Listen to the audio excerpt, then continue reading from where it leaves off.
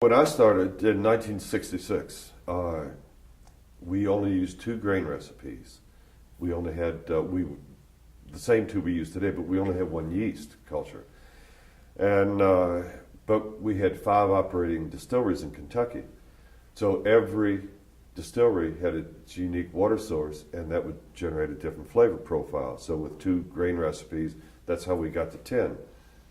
Now, we've always looked, going back into the Seagram days, and we still do today, as quality as not a measure of goodness, but it conforms to standards. And how can we consistently fill the same quality bourbon, the same flavor profile in a bottle, from bottling run to bottling run, when every barrel in the inventory has its own fingerprint of flavor?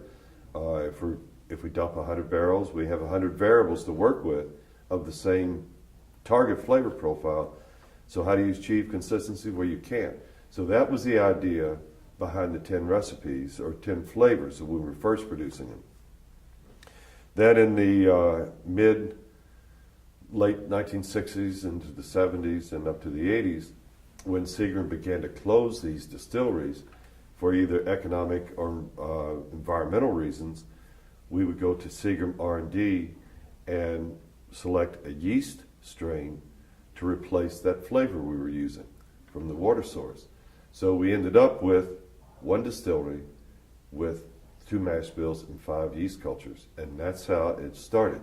And the purpose behind that was to achieve consistency, which still can't be done.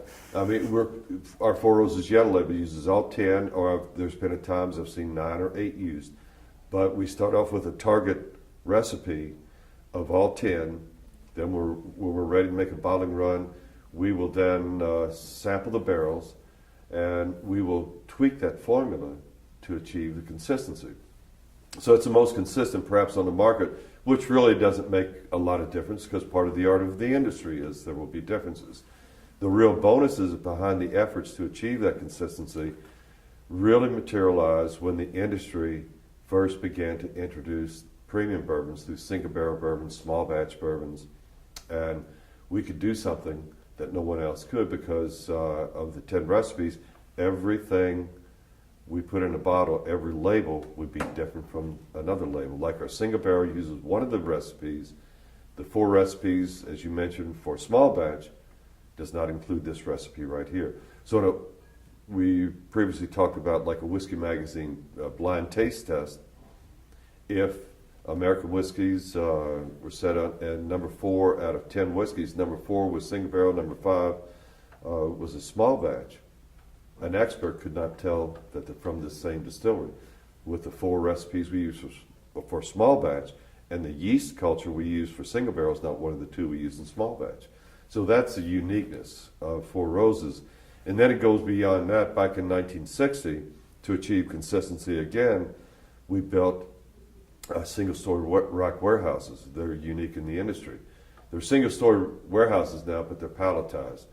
As far as I know, the only single-story rack warehouses are ours.